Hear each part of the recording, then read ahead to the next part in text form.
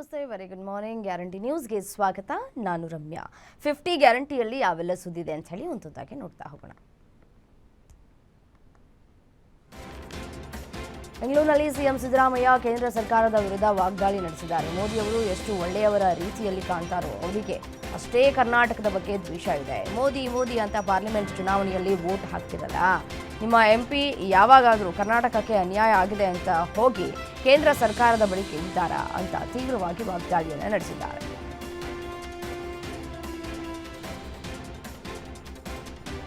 ಸಚಿವ ಪ್ರಿಯಾಂಕ್ ಖರ್ಗೆಯವರ ಸ್ವಕ್ಷೇತ್ರ ಕಲಬುರಗಿಯ ಜಿಲ್ಲೆಯ ಚಿತ್ತಾಪುರದಲ್ಲಿ RSS ಜಟಾಪಟಿ ಜೋರಾಗಿದೆ. RSSಗೆ ಕಡಿವಾಣ ಹಾಕುವ ನಿಟ್ಟಿನಲ್ಲಿ ರಾಜ್ಯ ಸರ್ಕಾರ ಹೆಣೆದ ಬಲೆ ಇದೇ ಚಿತ್ತಾಪುರದಲ್ಲಿ ಭಾರಿ ಸದ್ದು ಮಾಡ್ತಾ ಇದೆ. ಚಿತ್ತಾಪುರದಲ್ಲಿ ಪಥಸಂಚಲನ ನಡೆಸಬೇಕಾ ಬೇಡವಾ ಎನ್ನುವ ನಿರ್ಧಾರ ಹೈಕೋರ್ಟ್ ಅಂಗಳದಲ್ಲಿದೆ. ಮಧ್ಯೆ ಕೋರ್ಟ್ ಸೂಚನೆಯಂತೆ RSS ಅನುಮತಿಗಾಗಿ ಅರ್ಜಿ ಸಲ್ಲಿಸಿದೆ. ಮತ್ತೊಂದು ಕಡೆ ದಲಿತ ಪರ ಸಂಘಟನೆಗಳು ಸಹ ನವೆಂಬರ್ 2ರಂದು ಚಿತ್ತಾಪುರದಲ್ಲಿ ಪಥಸಂಚಲನಕ್ಕೆ ಅನುಮತಿಯನ್ನು ಕೋರಿವೆ.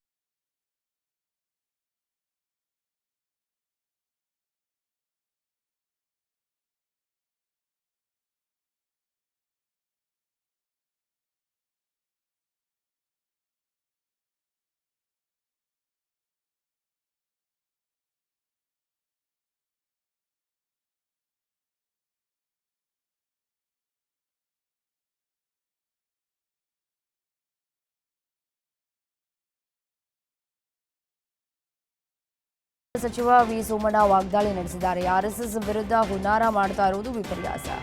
ಎಲ್ಲರೂ ಸಂಜೆ ನಾಟಕ ಆಡಿದರೆ CM ಮತ್ತು DCM ಹಗಲೇ ನಾಟಕ ಮಾಡ್ತಾ ಇದ್ದಾರೆ. ಈಗ ವಿರೋಧ ಮಾಡುವವರು ಮುಂದೆ RSS ಸದಸ್ಯರಾಗಲಿದ್ದಾರೆ. ಸಿದ್ದರಾಮಯ್ಯ ನಡುವೆಯೂ ಮೈತ್ರಿ ಪಕ್ಷವಾದ BJP JDS ನಾಯಕರು ರಾಜಕಾರಣ ಮಾಡ್ತಿಲ್ಲ. ನಿನ್ನೆ ಹಬ್ಬದ ದಿನವಾದರೂ ಉಭಯ ಪಕ್ಷದ ನಾಯಕರು ಭೇಟಿಯಾಗಿ ಮಾತುಕತೆ ನಡೆಸಿದ್ದಾರೆ. ಕೇಂದ್ರ ಸಚಿವ ಕುಮಾರಸ್ವಾಮಿ ನಿವಾಸದಲ್ಲಿ BJP ರಾಜ್ಯಾಧ್ಯಕ್ಷ ವಿಜಯೇಂದ್ರ ನೇತೃತ್ವದ ನಿಯೋಗದೊಂದಿಗೆ ಮೈತ್ರಿ ಪಕ್ಷದ ಮಾತುಕತೆ ನಡೆದಿದೆ. ಪ್ರಸ್ತುತ ರಾಜ್ಯ ರಾಜಕಾರಣ ಎರಡೂ ಪಕ್ಷದ ಮುಂದಿನ ಗುರಿ ಸರ್ಕಾರದ ವೈಫಲ್ಯಗಳ ಬಗ್ಗೆ ಗಂಭೀರ ಚರ್ಚೆಯನ್ನು ನಡೆಸಲಾಗಿದೆ.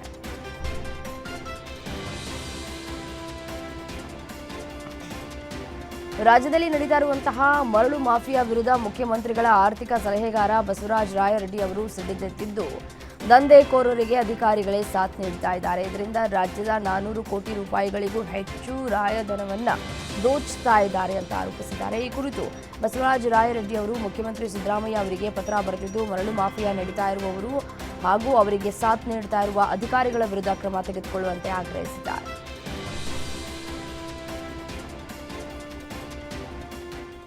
ಅಕ್ರಮ ಮರಳು ದಂಧೆ ವಿಚಾರವಾಗಿ ಮುಖ್ಯಮಂತ್ರಿಗಳ ಆರ್ಥಿಕ ಸಲಹೆಗಾರ ಯಲಬುರ್ಗಾ ಬಸವರಾಜ ರಾಯರೆಡ್ಡಿ ಅಕ್ರಮದಲ್ಲಿ ಭಾಗಿಯಾದ ಅಧಿಕಾರಿಗಳ ವರ್ಗಾವಣೆಗೆ ಆಗ್ರಹಿಸಿ ಸಿಎಂ ಸಿದ್ದರಾಮಯ್ಯನವರಿಗೆ ಬರೆದಿರುವ ಪತ್ರ ಭಾರೀ ಸದ್ದು ಮಾಡ್ತಾ ಇದೆ. ಸದ್ಯ ಈ ವಿಚಾರವಾಗಿ BJP ರಾಜ್ಯಾಧ್ಯಕ್ಷ BY ವಿಜಯೇಂದ್ರ ಕಿಡಿಕಾರಿದ್ದಾರೆ.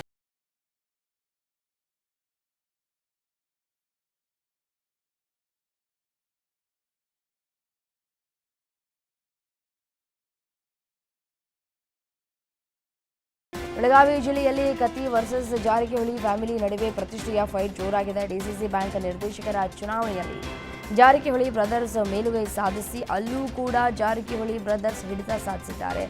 ಆದರೂ ಕೂಡ DCC ಬ್ಯಾಂಕ್ ಜಾರಕಿಹೊಳಿ ಬ್ರದರ್ಸ್ ಕೈಗೆ ಹೋಗದಂತೆ ಸವದಿ ಕತ್ತಿ ಬಣದಿಂದ ತೆರೆಮರೆಯಲ್ಲಿ ಕಸರತ್ತು ನಡೆಸಲಾಗ್ತಾ ಇದೆ.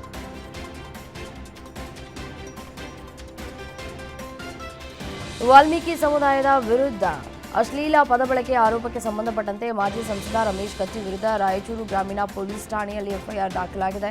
ವಾಲ್ಮೀಕಿ ಸಮುದಾಯದ ಮುಖಂಡರು ಹಲವು ಕಡೆ ಪ್ರತಿಭಟನೆ ಮಾಡಿ ವಿವಿಧ ಪೊಲೀಸ್ ಠಾಣೆಯಲ್ಲಿ ದೂರನ್ನು ನೀಡಿದರು. ಇದರಲ್ಲಿ ರಾಯಚೂರು ಗ್ರಾಮೀಣ ಠಾಣೆಯಲ್ಲಿ ವಾಲ್ಮೀಕಿ ಸಮುದಾಯದ ಕಾಶಿನಾಥ್ ಎಂಬುವರು ದೂರು ದಾಖಲಿಸಿದ್ದ ಹಿನ್ನೆಲೆ ಪ್ರಕರಣ ದಾಖಲಾಗಿದೆ.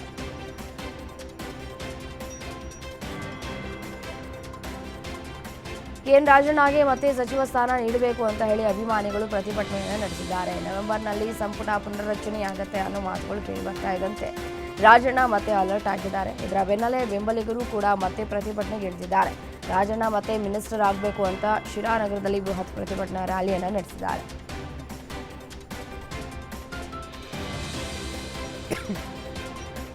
ಬೆಳಕಿನ ಹಬ್ಬ ದೀಪಾವಳಿ ಸಂಭ್ರಮ ಒಂದೆಡೆಯಾದರೆ ಪಟಾಕಿ ಹಚ್ಚೋಕೆ ಹೋಗಿ ಬೇರೆಯವರು ಸಿಡಿಸಿದ ಪಟಾಕಿ ಕಿಡಿ ಕಣ್ಣಿಗೆ ತಾಕಿ ಹಲವರ ಬದುಕು ಕತ್ತಲಾಗಿದೆ.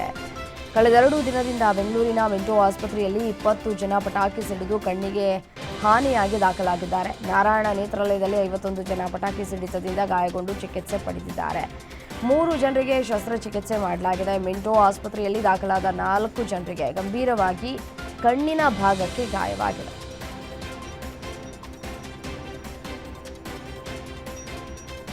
ಮುಖ್ಯಮಂತ್ರಿ ಸಿದ್ದರಾಮಯ್ಯ ಬೆಂಗಳೂರಿನ ನಗರದಲ್ಲಿನ ಎಲ್ಲಾ ಗುಂಡಿಗಳನ್ನು 1 ವಾರದ ಒಳಗಾಗಿ ಮುಚ್ಚಬೇಕು ಅಂತ ಹೇಳಿ ಅಧಿಕಾರಿಗಳಿಗೆ ನಿರ್ದೇಶನವನ್ನು ನೀಡಿದ್ದಾರೆ. ಕಳೆದ ತಿಂಗಳು ನಗರದ 5 ಮಹಾನಗರ ಪಾಲಿಕೆಗಳ ವ್ಯಾಪ್ತಿಯಲ್ಲಿ ಅಕ್ಟೋಬರ್ 31ರ ಒಳಗೆ ಗುಂಡಿಗಳನ್ನು ಮುಚ್ಚುವುದಕ್ಕೆ ಗಡುವನ್ನು ವಿಧಿಸಿತ್ತು. ಮಳೆಯಿಂದಾಗಿ ಗುಂಡಿಗಳನ್ನು ಮುಚ್ಚುವಲ್ಲಿ ವಿಳಂಬವಾಗಿದೆ. ಹೀಗಾಗಿ 1 ವಾರದ ಒಳಗೆ ಗುಂಡಿಗಳನ್ನು ಮುಚ್ಚಬೇಕು ಅಂತ ಸಿದ್ದರಾಮಯ್ಯ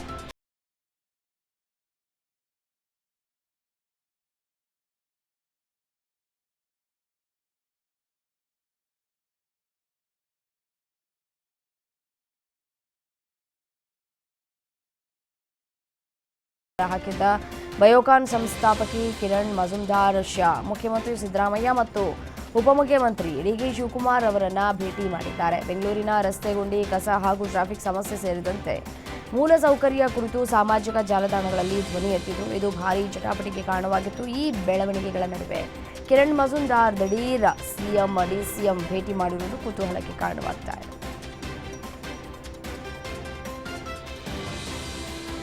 ಧರ್ಮಸ್ಥಳದಲ್ಲಿ ನಡೆದಿವೆ ಎನ್ನಲಾದ ಮಹಿಳೆಯರ ಮೇಲಿನ ಎಲ್ಲ ದೌರ್ಜನ್ಯ ಪ್ರಕರಣಕ್ಕೆ ತಾರ್ಕಿಕ ಅಂತ್ಯ ಸಿಗುವವರೆಗೂ ಎಸ್ಐಟಿ ತನಿಖೆ ಮುಂದುವರೆಸಬೇಕು ಅಂತ ಮಹಿಳಾ ಹೋರಾಟಗಾರರು ಲೇಖಕಿಯರ ನಿಯೋಗವೊಂದು ರಾಜ್ಯ ಸರ್ಕಾರವನ್ನು ಒತ್ತಾಯಿಸಿದ್ದಾರೆ. ಮುಖ್ಯಮಂತ್ರಿ ಸಿದ್ದರಾಮಯ್ಯ ಅವರನ್ನು ಭೇಟಿ ಮಾಡಿದ ಮಹಿಳಾ ನಿಯೋಗ ಧರ್ಮಸ್ಥಳ ಪ್ರಕರಣಗಳಲ್ಲಿ ತಪ್ಪಿತಸ್ಥ ಅಧಿಕಾರಿಗಳ ವಿರುದ್ಧ ಕ್ರಮ ಕೈಗೊಳ್ಳುವುದಕ್ಕೆ ಸಿಬಿಐ ಕೋರ್ಟ್ ಹೇಳಿದೆ. ಈ ಕುರಿತು ಕ್ರಮ ಕೈಗೊಳ್ಳಬೇಕು ಅಂತ ನಿಯೋಗ ಮನವಿಯನ್ನು ಮಾಡಿಕೊಂಡಿದೆ. ಸರ್ಕಾರದ ಸಮೀಕ್ಷೆ ಕಾರ್ಯದಲ್ಲಿ ಸಕ್ಕರೆ ನಾಡು ಮಂಡ್ಯಗೆ ಮೊದಲ ಸ್ಥಾನ ಸಿಕ್ಕಿದೆ. 98% ಸಾಧನೆಯೊಂದಿಗೆ ಮಂಡ್ಯ ಜಿಲ್ಲೆಗೆ ಸಮೀಕ್ಷೆ ಕಾರ್ಯದಲ್ಲಿ ಮೊದಲ ಸ್ಥಾನದಲ್ಲಿದೆ. ಇದುವರೆಗೂ ಜಿಲ್ಲೆಯಲ್ಲಿ ಒಟ್ಟು 5,10,000 ಕುಟುಂಬಗಳ ಸಮೀಕ್ಷೆ ಮಾಡಲಾಗಿದೆ. ಇದರಲ್ಲಿ 18,29,582 ಜನರ ಸಮೀಕ್ಷೆ ಬಹುತೇಕ ಪೂರ್ಣಗೊಂಡಿದೆ. ಈ ಮೂಲಕ ಮಂಡ್ಯ ಜಿಲ್ಲೆಗೆ ಸಮೀಕ್ಷೆ ಕಾರ್ಯದಲ್ಲಿ ಮೊದಲ ಸ್ಥಾನ, 2ನೇ ಸ್ಥಾನದಲ್ಲಿ ತುಮಕೂರು, ಕೊನೆ ಸ್ಥಾನದಲ್ಲಿ ಧಾರವಾಡ ಜಿಲ್ಲೆ ಇದೆ. ಮೈಸೂರಿನಿಂದ ಹಾಸನಾಂಬೆ ದರ್ಶನಕ್ಕೆ ಆಗಮಿಸಿದ ಮಹಿಳೆಯೊಬ್ಬರು ದೇವಿಯ ದರ್ಶನ ಪಡೆಯುವ ವೇಳೆ ತಮ್ಮ ಚಿನ್ನದ ಸರವನ್ನು ಕಳೆದುಕೊಂಡಿದ್ರು. ಇದರಿಂದ ಕಂಗಾಲಾಗಿದ್ದಂತಹ ಮಹಿಳೆ ಚಿನ್ನದ ಸರ ಹೋಯಿತು ಅಂತ ಕಣ್ಣೀರಿಟ್ಟಿದ್ರು. ಅಷ್ಟೇ ಅಲ್ಲ, ಯಾಕಾದರೂ ದೇವಸ್ಥಾನಕ್ಕೆ ಬಂದೋ ಅಂತ ಕೂಳಾಡ್ತಾ ಇತ್ತು. ಇದೇ ವೇಳೆ ದರ್ಶನಕ್ಕೆ ಬಂದಿದ್ದಂತಹ ವ್ಯಕ್ತಿಯೊಬ್ಬರಿಗೆ ಸನ್ನಿಧಿ ಆವರಣದಲ್ಲೇ ಚಿನ್ನದ ಸರ ಸಿಕ್ಕಿದೆ. ಅಲ್ಲೇ ಇದ್ದ ಸ್ಕೌಟ್ಸ್ ಮತ್ತು ಗೈಡ್ಸ್ ಸೇವಾ ಕಾರ್ಯಕರ್ತರ ಮೂಲಕ ದೇವಾಲಯದ ಆಡಳಿತ ಮಂಡಳಿಗೆ ತಲುಪಿಸಿದ್ದಾರೆ. ಇದರಿಂದ ಮಹಿಳೆ ನಿಟ್ಟುಸಿರು ಬಿಟ್ಟಿದ್ದಾರೆ. ದಸರಾ ದೀಪಾವಳಿ ಹಬ್ಬದ ಸಂದರ್ಭದಲ್ಲಿ 1,100 ಮೆಟ್ರಿಕ್ ಟನ್ ಸಿಹಿ ಉತ್ಪನ್ನಗಳ ಮಾರಾಟ ಮಾಡುವ ಮೂಲಕ ಕೆಎಂಎಫ್ನ ನಂದಿನಿ ಬ್ರ್ಯಾಂಡ್ ಹೊಸ ದಾಖಲೆ ನಿರ್ಮಿಸಿದೆ ಅಂತ ಸಚಿವ ಕೆ ವೆಂಕಟೇಶ್ ತಿಳಿಸಿದ್ದಾರೆ. ದಸರಾ ಮತ್ತು ದೀಪಾವಳಿ ಹಬ್ಬಗಳ ಸಂದರ್ಭದಲ್ಲಿ ಸಿಹಿ ತಿನಿಸುಗಳಿಗೆ ರಾಜ್ಯಾದ್ಯಂತ ಹೆಚ್ಚಿನ ಬೇಡಿಕೆ ಕಂಡು ಬರ್ತಾ ಇದೆ. ಈ ಹಬ್ಬದ ಅವಧಿಯಲ್ಲಿ ನಂದಿನಿ ಬ್ರ್ಯಾಂಡ್ ನಡಿಯಲ್ಲಿ ಲಭ್ಯವಿರುವ 40ಕ್ಕೂ ಹೆಚ್ಚು ಸಿಹಿ ಉತ್ಪನ್ನ ಮಾದರಿಗಳ ಉತ್ಪಾದನೆ ಮತ್ತು ಮಾರಾಟಕ್ಕೆ ಕೆಎಂಎಫ್ ಸಿದ್ಧತೆ ಕೈಗೊಂಡಿತ್ತು. ಈ ವರ್ಷ 1,100 ಮೆಟ್ರಿಕ್ ಟನ್ ಸಿಹಿ ಉತ್ಪನ್ನಗಳನ್ನು ಮಾರಾಟ ಮಾಡಿದ್ದು ಒಟ್ಟಾರೆ 46,000 ಕೋಟಿ ರೂಪಾಯಿಗಳ ದಾಖಲೆಯ ವಹಿವಾಟು ಸಾಧಿಸುವ ಮೂಲಕ ಮಹತ್ವದ ಮೈಲುಗಲ್ಲನ್ನು ನಿರ್ಮಿಸಲಾಗಿದೆ ಅಂತ ಮಾಹಿತಿ ಲಭ್ಯವಾಗಿದೆ.